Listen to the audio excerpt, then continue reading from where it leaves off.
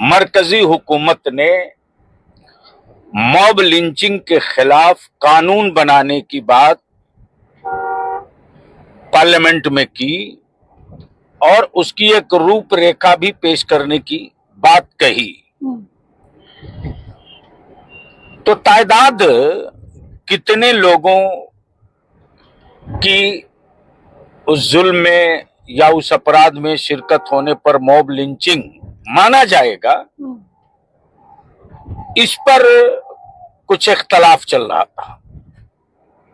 इदारे शरिया की तरफ से यह कि भी 5 से बेसी अगर यदि कोई व्यक्ति किसी को मारता है तो उसको मॉब लिंचिंग में ले लेना चाहिए। अच्छा, आप लोगों के दरमियान एक बार लाइव आई हूँ और आप देख रहे हैं मेरे साथ हैं मौलाना गुलाम रसूल बलियावी साहब, जो किसी तारुफ के मोहताज नहीं है। और मैं गाड़ी पे इसलिए इंटरव्यू कर रही हूँ इनका, क्योंकि अभी इनको फ्लाइट पकड़ना है और इनके पास टाइम नहीं रहने की वजह से, क्योंकि इनका इंटरव्यू मेरे लिए बहुत मायने रखता है। अभी जो देश के जो हालात है, खास तौर से मुसलमानों का या फिर कोई भी कम्युनिटी के लोगों को जो लिंचिंग के शक्ल में जो एक महामारी चल रही है और हर कम्युनिटी के लोगों को अलग अलग लोग जो है वो ये बना रहे हैं, टारगेट बना रहे हैं, वो कितना हद तक का खतरनाक साबित होता है वो नजर आ रहा है, खास तौर से देश में। गुलाम रसूल साहब, आपका बहुत स्वागत है एसटी न्यूज में। देश में जिस तरह से लिंचिंग का मामला चल रहा है, वो सिर्फ मुस्लिम धर्म ही नहीं बल्कि किसी भी कम्युनिटी के लोगों की बात करें, अलीगढ़ से लेकर के दिल्ली, बंगाल और अब बिहार भी इसके जद में है, क्या कहेंगे? देखिए, यूपी, अलीगढ़ या अदर स्टेट में जो हो रहा है उसके तुलना में बिहार शायद कोई एक आध वाकया बता दे। अभी हाल फिलहाल एक छपरा में जो वाकया पेश आया है, तो मैं खुद गया था। वाकया कहीं भी हो सकता है, डिपेंड करता है कि वहां की गवर्नमेंट कार्रवाई किस मुस्तैदी से कर रही है। यहाँ 24 घंटा लगते लगते छपरा में गिरफ्तारी 2 की हो गई, 4 दिन के अंदर अंदर फिर 2 की हो गई, और बकिया जो फरार पे चल रहे थे तो उनके खिलाफ कोर्ट से कुड़की जब्ती का वारंट लिया और डुगडुगी बजा करके अब उनका डुगडुगा बच जाएगा। गवर्नमेंट या वहां की प्रशासन इंतजामिया किस कदर कानून को नाफिज करने में कामयाब है, तो मैं समझता हूं कि जितने वाकयात अभी झारखंड में, ये 63वां मॉब लिंचिंग हुई है। 10 साल अभी हुकूमत को नहीं हुए, 63वां हुई है। और बिहार में जरा सा किसी ने सर उठाने की कोशिश किया तो कुचला नहीं जाता है, दोबारा वो इस लायक न बचे कि उंगली उठा सके, सर उठाने की तो बात दूर की बात। अभी जो अलीगढ़ में हुआ है या उससे पहले कई एक वाकयात हुए हैं, सारठ में भी हुआ है, पुलिस ने ले जाकर लिंचिंग किया और अभी तक FIR भी नहीं हुआ, ये भी एक हैरत की बात है। जबकि माइनॉरिटीज कमीशन गवर्नमेंट की, उसने जांच किया तो पाया कि पुलिस ने जुल्म किया है, वर्दी पहनकर गुंडागर्दी की है, उसके बावजूद भी FIR नहीं करा सके। अदारे शरिया की तहरीक बेदारी में मॉब लिंचिंग के खिलाफ कानून बनाने का मुस्तकिल मुतालबा होते रहा, लेकिन बलियावी को दो फ्रंट पर लड़नी पड़ती है। एक तो वो कि मेरे यहाँ मुसलमानों का एक तबका, अब वो हसद में कह लीजिए, जलन में कह लीजिए, या किसी पार्टी के प्रेशर में कह लीजिए, वो मेरे खिलाफ बहुत कुछ लिखते रहता है,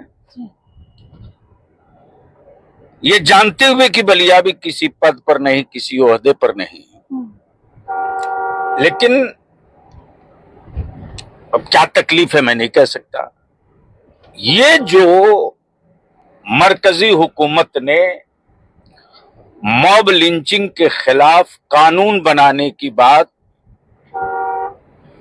पार्लियामेंट में की और उसकी एक रूपरेखा भी पेश करने की बात कही, तो तादाद कितने लोगों की उस जुल्म में या उस अपराध में शिरकत होने पर मॉब लिंचिंग माना जाएगा, इस पर कुछ इख्तलाफ चल रहा था। इदारे शरिया की तरफ से यह कि भी 5 से बेसी अगर यदि कोई व्यक्ति किसी को मारता है तो उसको मॉब लिंचिंग में ले लेना चाहिए। अच्छा।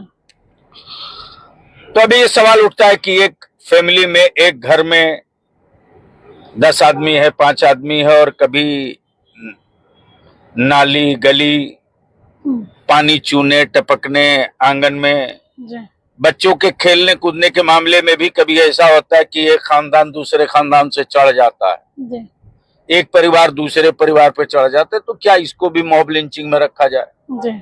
तो ये सारी त्रुटियां हैं। हमें लगता है कि वक्त आ गया है कि मॉब लिंचिंग सिर्फ मुसलमान का नहीं, अभी कितने दलित भाइयों का हुआ है, उसी यूपी में हुआ है।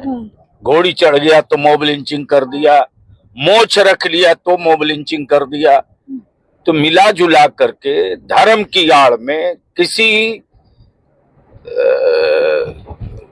राजनीतिक संरक्षण में एक गुंडों का गिरोह चल रहा है, और इन गुंडों का मुंह नहीं कुचला जाएगा तो ये गुंडे आज मॉब लिंचिंग करके मुसलमानों का या दलितों का हीरो बन रहे हैं। कल यही गुंडे उसी पार्टी के लीडरों के साथ भी ये काम करेंगे। पार्टी के लीडरों को और हुक्मरान जमातों को याद रखनी चाहिए, जूते की जगह पैर है, सर पे नहीं रखना चाहिए। अब सर पे बैठा रहे हो तो याद रख लेना कि ये आने वाले दिनों में वही होगा। तो मिला जुला करके हर स्टेट को चाहिए कि वो अपने स्टेट के क्रिमिनल एक्ट में इसको शामिल करे। 5 आदमी अगर मिलकर मारता है या 5 से बेसी जाता है, कोई भी एक संख्या बल तय कर ले, उसको मॉब लिंचिंग की सरणी में लावे। और न ये कि उस पर मर्डर का केस हो, बल्कि उसकी प्रॉपर्टी बेच करके मारने वाले के, अगर बच्चे को मारा है तो उसके बाप को मुआवजा दे उसकी प्रॉपर्टी बेच करके, ताकि दोबारा कोई हिम्मत न जुटा पावे। लिंचिंग पे बहुत सारे लिंचिंग पर कानून भी बनाया गया है, बट कहीं ना कहीं अब उस कानून की भी धज्जियां उड़ती नजर आ रही है। इस तरह के जब लिंचिंग होता है तो पुलिस भी कहीं ना कहीं लिंचिंग के फेवर में नजर आती है, जो केस जो धाराएं जो देनी चाहिए वो नहीं देती है। पुलिस और सत्ता अगर चाह जाए तो कानून के खिलाफ पत्ता नहीं हिल सकता, और सत्ता चलता विल पावर से। सत्ता इससे नहीं चलेगा कि धर्म और चेहरा और जाति देख करके पुलिस कानून का निफाज करे। वो सत्ता नहीं, वो सौदागरी है, और सौदागरी मेंटेन करेंगे तो लॉ एंड ऑर्डर मेंटेन नहीं होगा। इसलिए घोड़सवार अगर जरा सा कमजोर होगा तो घोड़ा पटक देगा उठा के। लोकतंत्र में आपके जो विधायिका है, जो कानून बनाता है, वो घोड़सवार की हैसियत रखता है। वो जहां कमजोर हुआ, चाहे वोट के लिए कमजोर हो जाए, जात के लिए कमजोर हो जाए, धर्म के लिए कमजोर हो जाए, बिरादरी के लिए कमजोर हो जाए, तो ये ब्यूरोक्रेट उसको उठा के पटक देगा। वही हो रहा है। कानून तो पहले से ऐसा है कि उसका सही इस्तेमाल अगर पुलिस और प्रशासन कर दे तो पत्ता नहीं खड़केगा। मॉब लिंचिंग दंगा तो दूर की बात। आप सुनो, तो ये थे हमारे साथ मौलाना गुलाम रसूल बलियावी साहब,